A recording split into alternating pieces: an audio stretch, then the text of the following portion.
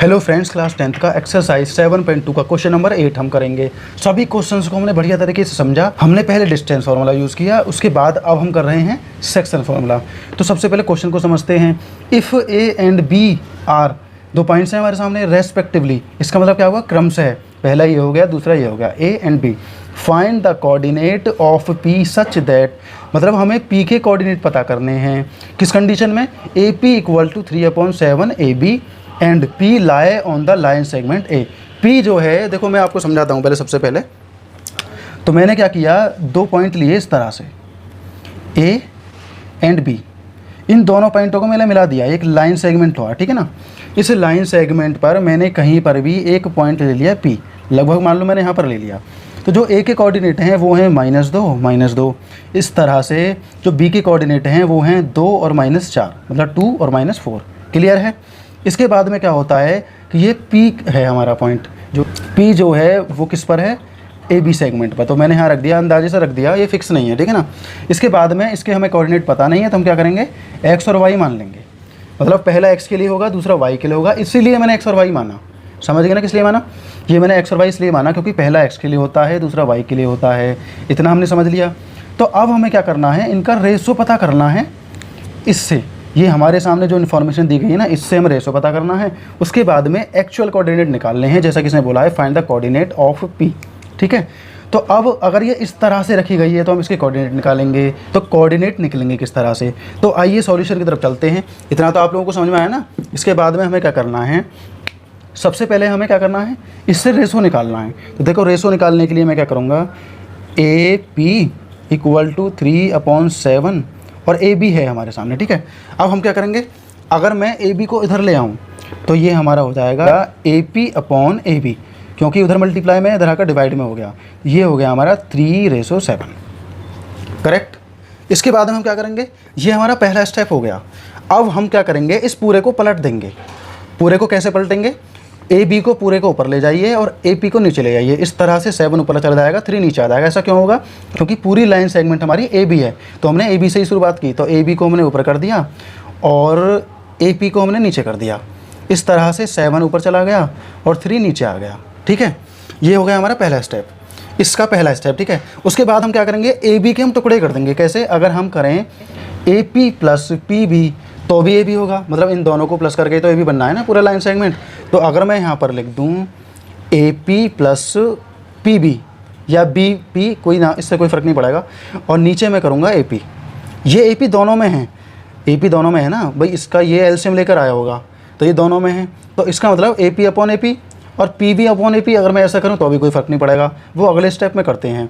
और इसके टुकड़े करेंगे हम। 3 हमारा जैसा है ऐसा ही आएगा। 7 हमारा क्या हो जाएगा भाई, पहला रेशो कम है, दूसरा ज़्यादा है। यहाँ भी 3/7 दे रखा है। तो इसका मतलब अगर मैं इसे 3 + 4 मान लूँ तो 4 और 3 हो जाएंगे हमारे 7। तो ये क्लियर है हमारी।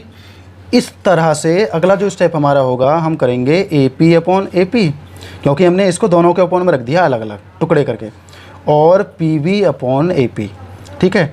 इसी तरह से यहाँ पर 3/3 कर दिया और यहाँ पर कर दिया 4/3। तो अब क्या हुआ, दोनों अलग अलग हो गए। इससे ये कट हो जाएगा, इससे ये कट हो जाएगा। तो अब हमारे सामने बचे हैं P B upon A P equal to 4/3। तो इतना हमारे सामने आ चुका है। हमें पता है जो पहला पॉइंट है हमारा वो ए पी है। तो ए पी बराबर कितना मानेंगे हम, यहाँ पर पहले हम लिख देते हैं A P ratio P B, क्योंकि ए पी पहले है इसलिए मैंने ए पी पहले रख दिया, पी बी बाद में है इसलिए पी बी बाद में रख दिया। उसी तरह से पी बी के सामने 4 है तो पी बी के सामने हमने 4 रख दिया। ए पी के सामने 3 है तो हमने ए पी के सामने 3 रख दिया। तो ये हो गया 3/4। अब यहाँ पर हमें एक्चुअल पता लग गया है कि हमारा m1/m2 क्या है, 3/4। ये चीज़ें बिल्कुल क्लियर हो गई हमारे सामने। अब कोई भी चीज़ ऐसी नहीं है जो हमें दिख नहीं रही हो।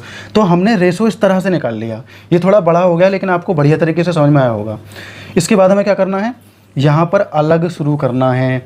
अब लगेगा हमारा सेक्शन फार्मूला, क्योंकि हमें क्या करना है, इन रेशोस के कोऑर्डिनेट निकालने हैं। मैंने पहले आपसे बोला था, किसी भी लाइन सेगमेंट पर अगर कोई रेशो दे रखे हों तो हमें कोऑर्डिनेट निकालने हैं, अगर कोऑर्डिनेट दे रखे हों तो रेशो निकालना है। तो अब हम क्या करेंगे, हमारे सामने रेशो हैं, अब हमें कोऑर्डिनेट निकालने हैं और मैं डायरेक्ट निकालूंगा सेक्शन फार्मूला को रखकर, क्योंकि आप जब शुरू से सीख रहे हैं तो आपको सब चीज़ पता लग गई। देखो, हमें कोऑर्डिनेट भी पता है हमारे सामने कोऑर्डिनेट हैं x1 y1 x2 y2, तो मैं यहाँ पर लिख लेता हूँ ताकि आप लोगों को बढ़िया तरीके से समझ में आ सके। x1 y1 x2 और y2। तो हमारा जो सेक्शन फॉर्मूला है वो क्या है, वो तो आप सभी लोगों को याद होना चाहिए।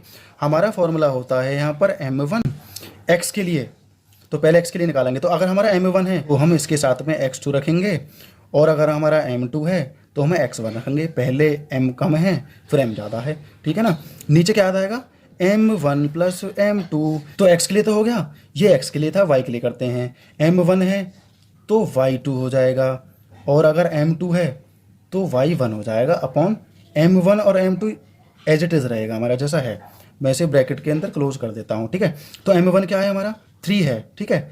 m1 3 है और x2 क्या है 2 है, तो 3 2 जा 6 हो जाएगा। तो मैं लिख देता हूँ यहाँ पर 6 प्लस, उसके बाद में क्या है हमारा m2 है और x1 है। m2 हमारा 4 है और x1 क्या है हमारा, x1 है माइनस का 2, तो 4 2 जा 8, लेकिन माइनस का आएगा। तो मैं लिख देता हूँ यहाँ पर माइनस का 8 अपॉन m1 m2 7 आएगा, ठीक है।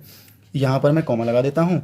इसके बाद में क्या होगा m1 और y2। m1 हमारा क्या है 3 है, y2 क्या है माइनस का 4 है। 3 4 जा 12 आएगा, लेकिन माइनस का आएगा, ठीक है फ्रेंड्स। उसके बाद में हम क्या करेंगे, प्लस कर देंगे। अब क्या है हमारा m2 और y1 है। m2 हमारा 4 है, y1 क्या है हमारा, ये माइनस का 2 है, तो 4 2 जा 8, ये माइनस का 8 होगा। तो मैं इसे डायरेक्ट भी लिख सकता हूँ यहाँ पर इस तरह से कि माइनस का 8, ठीक है। अपॉन में वही आएगा 7, क्योंकि दोनों का सेम रहेगा। अब आगे यहाँ पर माइनस का 2 बचेगा, नीचे 7 बचेगा। यहाँ पर क्या होगा, यहाँ पर हो जाएगा माइनस का 20 अपॉन 7। तो हमारे सामने दो चीज़ें आ चुकी हैं। अब हम इन्हें ब्रैकेट में रख देंगे, 2/7 माइनस का कॉमा माइनस का 20/7। ये दोनों कोऑर्डिनेट हो जाते हैं। ये वाला x के लिए हो जाएगा, ये वाला y के लिए हो जाएगा। यही हमारा दोस्तों आंसर हो जाएगा। सिर्फ इतना ही था जो हमें निकालना था। सबसे पहले हमने लाइन सेगमेंट से समझा, लाइन सेगमेंट से समझने के बाद में हमने रेशोज निकाल लिए। जब रेशोज हमारे सामने आए हैं, रेशोज को रखकर सेक्शन फॉर्मूला में हमने कोऑर्डिनेट निकाल लिए। तो x के लिए ये कोऑर्डिनेट है और y के लिए ये है, इसका मतलब ये दोनों कोऑर्डिनेट यहाँ पर आ जाएंगे। ये क्वेश्चन दोस्तों हमारा इतना ही था, बहुत ही प्यारा क्वेश्चन था, आपको बार बार रिपीट करके समझना है। तो ये क्वेश्चन हमारा यहीं पर कंप्लीट हो जाएगा।